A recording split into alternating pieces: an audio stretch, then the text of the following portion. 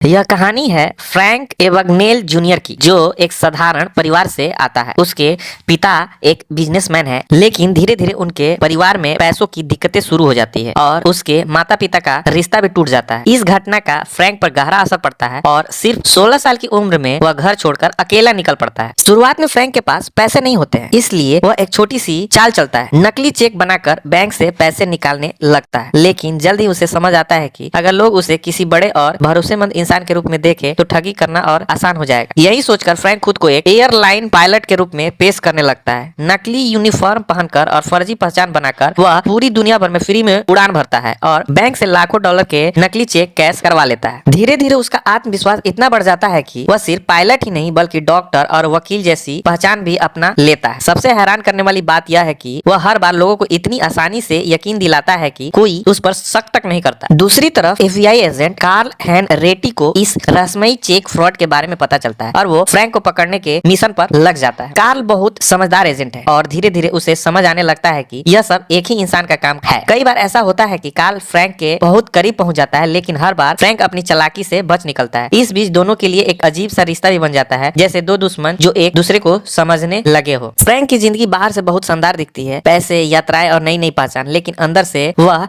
अकेलापन महसूस करता है। क्रिसमस की रात वो अक्सर कार को फोन करता है, क्योंकि उस समय उसके पास बात करने के लिए कोई नहीं होता। यह दिखता है कि उसके अंदर अभी भी एक मासूम लड़का छिपा है जो अपने टूटे हुए परिवार की कमी महसूस करता है। आखिरकार फ्रैंक की किस्मत साथ छोड़ देती है। जब वो विदेश में होता है तब कार्ल उसे पकड़ ही लेता है। उसे अमेरिका लाकर जेल भेज दिया जाता है, लेकिन कहानी यही खत्म नहीं होती। फ्रैंक की असली प्रतिभा को देखते हुए एफबीआई उसे एक और मौका देती है। अगर वह उसके साथ मिलकर बैंक फ्रॉड को पकड़ने में मदद करे तो उसकी सजा कम कर दी जाएगी। फ्रैंक इस प्रस्ताव को स्वीकार कर लेता है और बाद में वही इंसान जो कभी सबसे बड़ा ठग था, एफबीआई के लिए काम करके दुनिया के सामने खतरनाक चेक फ्रॉड को पकड़ने में मदद करता है। यह कहानी सिर्फ एक अपराधी की नहीं बल्कि एक ऐसे लड़के की है जिसने गलत रास्ता चुना, लेकिन अपनी बुद्धिमानी और काबिलियत से आखिरकार सही रास्ते पर लौट आया।